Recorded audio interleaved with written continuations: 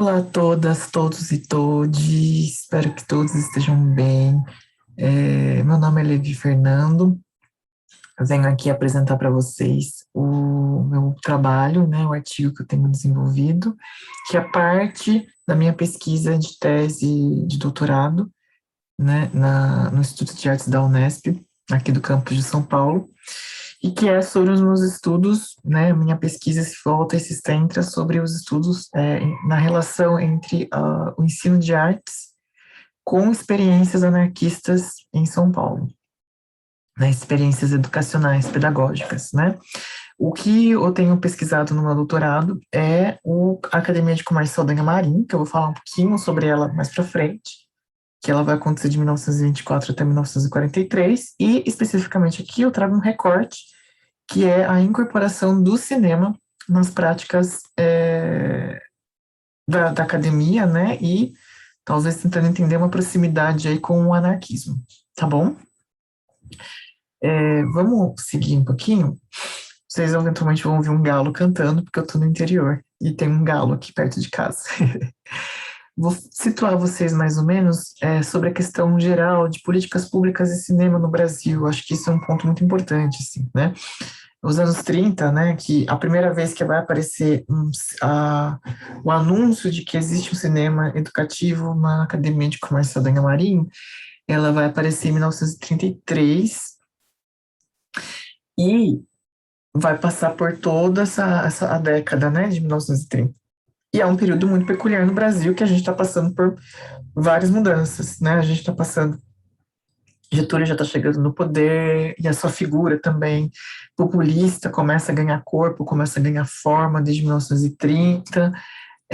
A gente está passando por algumas mudanças econômicas, algumas mudanças culturais, né? A gente tem que lembrar também que o Mário de Andrade ele vai ficar responsável pelo Departamento de Cultura aqui em São Paulo, por exemplo, né? Na cidade de São Paulo, nesse período. O escola-novismo ele já está ganhando força, né? O Fernando de Azevedo está aí trabalhando com as ideias da Escola Nova, o Manifesto da Educação Nova em 1932. Então, tem N coisas acontecendo nesse período, e o cinema vai estar nesse bojo, né? Cecília Meirelles é uma escola novista que vai defender a importância do cinema também nas práticas pedagógicas. Claro, essa discussão ela não é nova, ela já vem desde 1920, mais ou menos, né? E em outra parte, em contrapartida, o anarquismo também está discutindo a importância do cinema. Só que começa a ser sistematizado de maneira mais contundente como trabalhar essas relações, né, do cinema, educação, o cinema como um dispositivo de propaganda ideológico, né, e aí a gente vai ter o Getúlio Vargas aparecendo, né, criando o Ministério da Educação e da Saúde. Eu já vou focar no Gustavo Capanema, né, o Francisco Campos Nari também foi o primeiro-ministro da Educação, mas vou focar no Gustavo Capanema, que ele pega boa parte desse período aí que a gente vai discutir, bem rapidamente, né, e ele vai ser responsável por criar vários órgãos reguladores e norteadores de comunicação e cultura aqui no país, né, mas eu destaquei só dois, que é um caso o Instituto Nacional de Cinema Educativo e o Conselho Nacional de Cultura, né? Então, o que acontece? O cinema ele vai ser uma das áreas que Getúlio vai focar para desenvolver o seu projeto político populista, né? Então, de propaganda do governo, propaganda do Estado, enfim.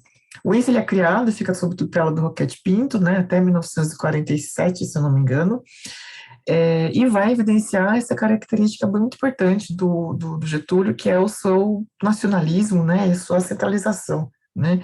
E o Ence ele vai ser responsável por boa parte das produções fílmicas, de rolos de fílmicos de caráter pedagógico, né, que são, às vezes, documentários, né, enfim, propagandas do governo, né, tudo de caráter muito pedagógico, mesmo que se considere pedagógico.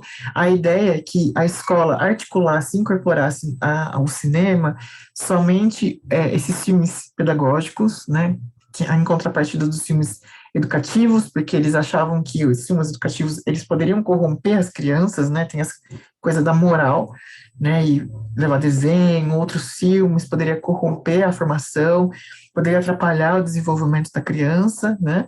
Então, deveria ser focado somente nesses filmes, e por isso que o Ins teve também esse cuidado de só produzir filmes que eles consideravam pedagógicos, né? E aí, nesse cenário de investimento do governo federal, né, na produção de filmes, e nesse debate amplo da importância de incorporar o cinema nas práticas escolares, defendido pelas escolas não vistas, né, a gente tem uns anarquistas que também já estão defendendo há um bom tempo a incorporação do cinema, porque a imagem ela é uma coisa muito relevante para o anarquismo, né? Esse caráter de propaganda e de pedagógico também. E aí a gente tem o João Penteado, que era um dos maiores anarquistas que a gente tem aqui em São Paulo e que pensa em educação, né?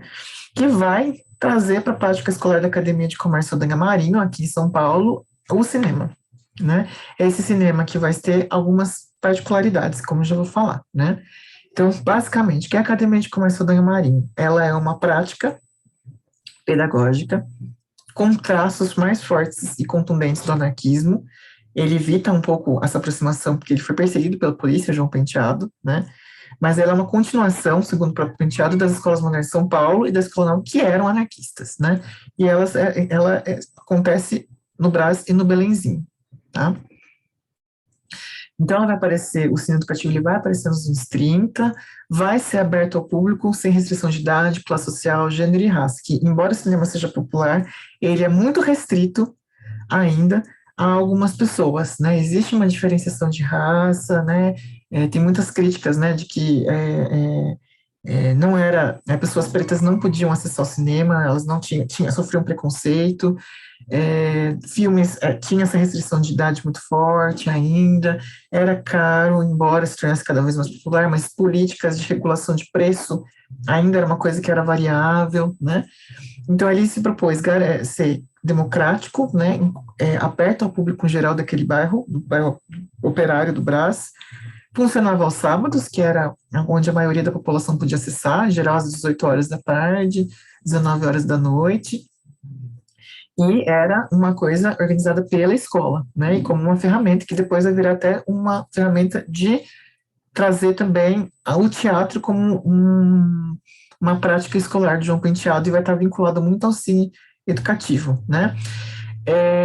E aí isso é uma contraposição muito forte com o que já estava sendo defendido na época, porque o cinema ele estava ainda em princípio destinado muito à sala de aula mesmo, né?